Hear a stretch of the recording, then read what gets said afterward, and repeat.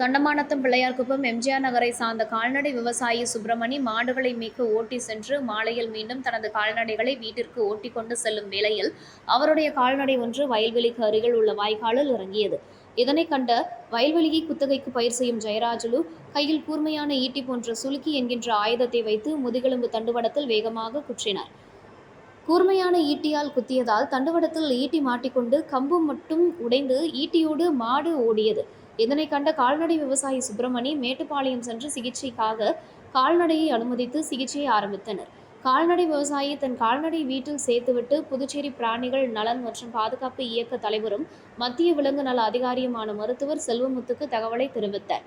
விரைந்து வந்த அவர் பாதிக்கப்பட்ட கால்நடையை பார்த்து அது எவ்வாறு நடைபெற்றது என்பதை தகவல்களை சேகரித்து வெள்ளியனூர் காவல் நிலையத்திற்கு சென்று மிருகவதை தடுப்பு சட்டத்தின் கீழ் விலங்குகளை துன்புறுத்துவது, கூர்மையான ஆயுதம் கொண்டு தாக்குவது, கொலை செய்யும் முயற்சியில் கால்நடைகளை தாக்குவது போன்ற பிரிவுகளின் கீழ் ஜெயராஜுலு மீது வழக்கு பதிவு செய்யுமாறு புகார் அளித்துள்ளார். இந்த புகாரினை ஏற்றுக்கொண்ட காவல்துறை அதிகாரிகள் தக்க நடவடிக்கை எடுப்பதாக உறுதியளித்தனர்.